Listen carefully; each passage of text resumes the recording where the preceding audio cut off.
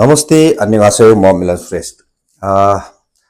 सदा चाहिँ मुनार छङ्गो लिएर आज म आइपुगेको छु। आज हामी भाग 6 को आज हामी मुनार छङ्गो लिएर छौँ। हारु इलुगा हैन, अर्थात् अब यसको मुनामा के छ त, चिकचाङ इने हारु भनेको कम्पनीमा काम गर्ने मान्छेको के हो त, दैनिकी। उसले दिनभरिमा कस्तो खालको गर्छ, बिहान उठेदेखि बेलुकासम्म उसको दिनचर्या कस्तो हुन्छ भनेर हामीले यो मुनार छङ्गोमा पढाउन गइरहेका छौँ है त।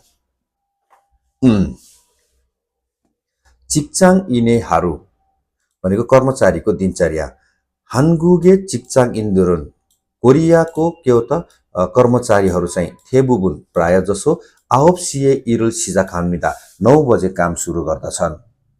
छुल्गुन हाल्तेनन्, काममा जाने बेलामा चाहिँ छिया छरिना ट्रेन वा बस वा काथेन बस जस्ता थेजुङ क्योथोङुल सार्वजनिक यातायातहरू इयोङ हागिदोहागो प्रयोग गर्ने पनि गर्दछन् भने खेइन सुङयोङ छारल व्यक्तिगत प्राइभेट गाडीहरू पनि इयोङ हागिदो हाम्निदा प्रयोग गर्ने पनि गर्दछन्। छुल्थेगुन सिगानेन, काममा आउने जाने समयमा चाहिँ क्योथोङी मेउ यातायात एकदमै होन्जाप हाय, एकदमै के हो त, भिडभाड भएर जाम भएर एगिछि आनन इल्लो भनेको सोच्दै नसोचेको कुराको रूपमा पनि अर्य उमुल ख्यक्किदो हाम्निदा भनेको समस्या भोग्ने पनि गर्दछन्। अर्य उम भनेको समस्या, ख्यक्ता भनेको भोग्नु है, भोग्ने पनि गरिन्छ। तपाईँले यहाँ एउटा चित्र हेर्नुभयो भने राति 12 बजेदेखि हैन 9 बजे, अनि फेरि दिउँसो 12 बजे, 1 बजे, 6 बजेको एउटा सानो तालिका दिएको छ। भनेपछि यहाँ के रहेछ भने यो छुइछिङ सुत्ने समय भनेर यस्तो ठुलो दिएको छ हो। खिसाङ उठ्ने समय हैन, छुल्गुन काममा जाने समय, ओजन अम्मु बिहानको कामको समय, छमसिम सिगान लन्चको समय, ओहु अम्मु साँझको काम, थैगुन मित खेइन सिगान भनेको कामबाट घरमा फर्किने तथा व्यक्तिगत समय, अनि छन्यक साँझ। यसरी एउटा सानो पाइ चार्ट दिएको छ है, तपाईँले हेर्नु होला। छमसिमुन बोथोङ लन्च चाहिँ प्राय यल्तुसी एस हान्सी साइए 12 बजेदेखि 1 बजेको बिचमा गुने सिक्ताङ एस भने क्यान्टिनमा मग्नन्दे खाइन्छ भने गुने सिक्ताङी अप्सुम्यन क्यान्टिन छैन भने वैसा गुन्छ एक कम्पनीको वरिपरिको नजिकको सिक्ताङ एस मक्सुम्निदा रेस्टुरेन्टमा खान्छन्। छमसिमुन काथुन बुसोए लन्च चाहिँ एउटै विभागको सारामदुल्गा मान्छेहरूसँग वेसा एस हाजी मोतान कम्पनीमा गर्न नसकिने अम्मु इयागिदो कामको कुराकानीहरू पनि हाम्यंश गर्दै हाम के मग्नन ख्यङ्गोगा सँगै खाने अवस्थाहरू मानसुम्निदा धेरै छन्। इल्बु चिकचाङ इन्दुरुन एक भाग कर्मचारीहरू चाहिँ छमसिम सिगानो लन्चको समयलाई इयोङ हाय प्रयोग गरेर खानदानहान साधारण खालको छुइमी वाल्दोङल रुचि अनुसारको क्रियाकलापमा झुल्गिगिदो हाम्निदा रमाउने पनि गर्दछन्। थेगुनुन काम सकाउने चाहिँ थेबुबुन प्राय जसो यशस्सिए हाजिमान 6 बजे गरे तापनि इरुल था पुन्नेजी मोथेसिल्तेनन् काम सबै सकाउन नसकेको बेलामा चाहिँ यागुनुल हाम्निदा ओभरटाइम गरिन्छ है। राति 6 बजेपछि ओभरटाइम गर्नेलाई यागुन भनिन्छ।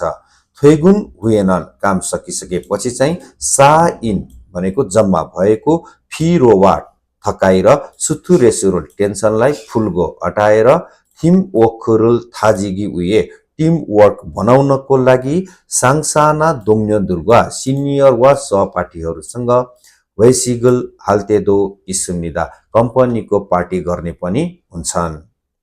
अत्तन सारामदुरन कुनै मान्छेहरूले चाहिँ छुल्गुन झनिना काममा जानुभन्दा अगाडि वा थैगुन हुए काम सकिसकेपछि छासिने खङ्गाङ्गल उहे आफ्नो स्वास्थ्यको लागि उन्दोङल हागना व्यायाम गर्ने वा छागी खेबारल उहे आफ्नो विकासको लागि वेगुग हागोने विदेशी इन्स्टिट्युटमा थानी गिदो हाम्निदा जाने पनि गर्दछन्। ल भनेपछि आज हामी हाम्रो भाग 6 को यही सकिएको छ।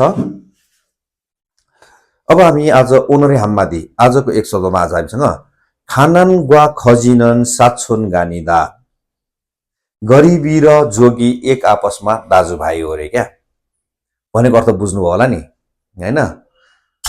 जब गरिबी चरम सीमामा पुग्छ अनि खानाको लागि भिख माग्नु बाहेक अरू कुनै पनि उपाय हुँदैन क्या। सबै सकिएपछि के त भनेपछि गरिब मान्छे र जोगी चाहिँ के हुन्छ त जहिले पनि दाजुभाइ हुन्छ अरे क्या। पैसा छैन गरिब भएपछि के गर्दा जोगी हुनु पर्यो हैन। त्यसैले संसारकै धनी मध्येको बिल गेट्सले पनि एकचोटि भनेको थियो अरे नि त हैन, गरिब भएर जन्मिनु तपाईँको पाप होइन, गरिब भएर मर्नु चाहिँ तपाईँको पाप हो। त्यसैले गरिब भएर जन्मिनु केही छैन, तर आफ्नो लागि धनी हुनु छ भने मेहनत गर्नुहोस् हैन।